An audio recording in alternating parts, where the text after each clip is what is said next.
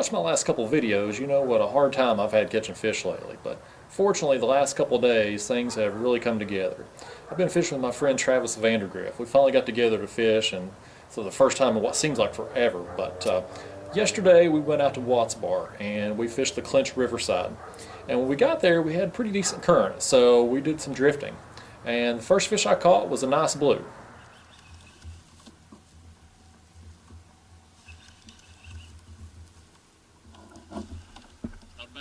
Not a bad fish at all. I love catching these guys.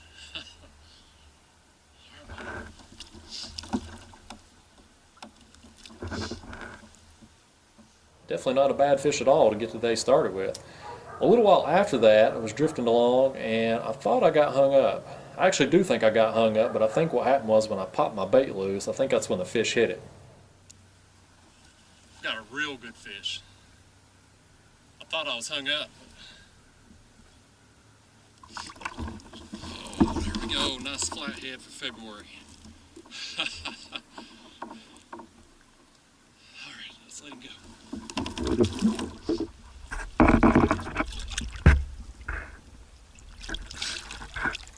There he goes.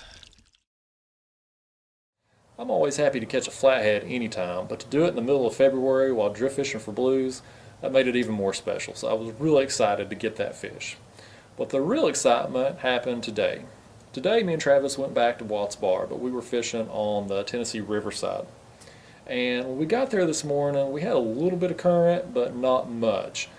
We couldn't really drift with it. We had a little bit of a wind when we got there, and it was just negating the current. So we were just trolling along with the current. I had two baits suspended off the front of my kayak, and I had two more dragging behind me.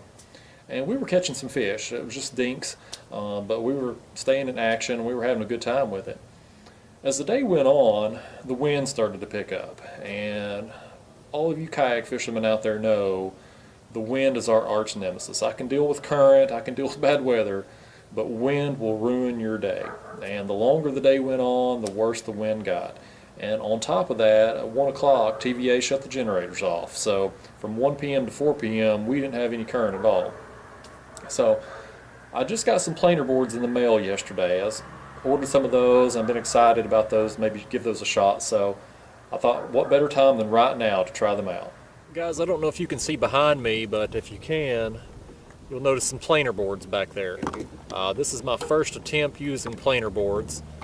I've been intrigued about this concept for quite some time, simply because in the kayak, when you spread your rods out, because the kayak's so narrow, you really don't have a good spread of your rods. And my hope with these planer boards, if they'll work out, is that I can get a little distance off the side of the kayak. Because one thing I've had a problem with as I've started dragging more, is that when a fish hits, it tends to spin the kayak toward me, and it will oftentimes get that second line that I have dragging behind me tangled up with it. So I'm hoping these planer boards help alleviate that problem. So today is not a review video, it's not a how-to video. Today's just my first attempt. This is the first time I've ever tried these, so I just wanted to share this with you, and we'll see how this goes. Stay tuned. Guys, that didn't take long. I'm hooked up with the first fish on the planer board.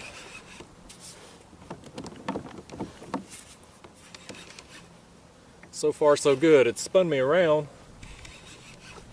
like it typically does when I'm dragging, but because there's so much distance between my lines with the other boards, it seems to be working out. I'm not gotten tangled up in my other line. I think this is a very big fish. Fortunately, it's a good one to get started with. And here's the real challenge with these planers, just unclipping that so that I can reel in the fish. Alright guys, there we go. He ain't a real big fish, and I'm very thankful to have a small one hit on that first one on the planer board, because like I said, today's my first attempt with them and I've never used them before, so this is a good way to get started. But I'll tell you what, the planer boards so far, they're working out, because typically, like I said, when I catch a fish dragging, it usually catches my second line because it spins the kayak and ends up getting it tangled.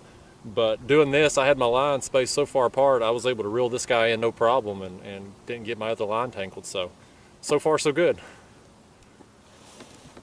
All right, pal, back you go. Guys, I'm not going to do any kind of review on these planer boards yet. I only use them about an hour today, and that's just not enough time to give you an informed opinion to persuade you or dissuade you one way or the other.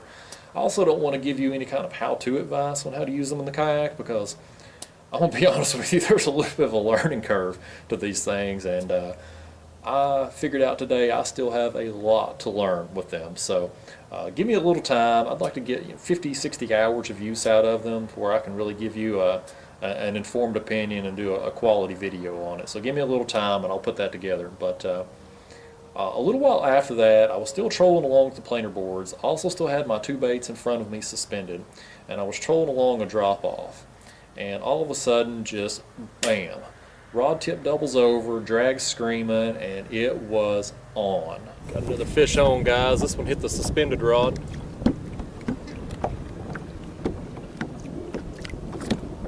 This feels like he's got a little size to him.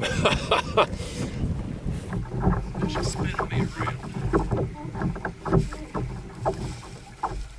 He's got some size to him, I'll tell you. Try not to spin around here. This fish is going to take me where he wants to go.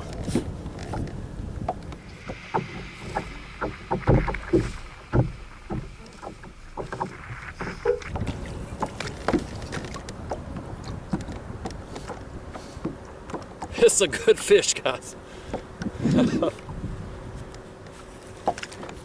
We're 2 or 3 minutes into this fight now, and he's still pulling. There we go, guys.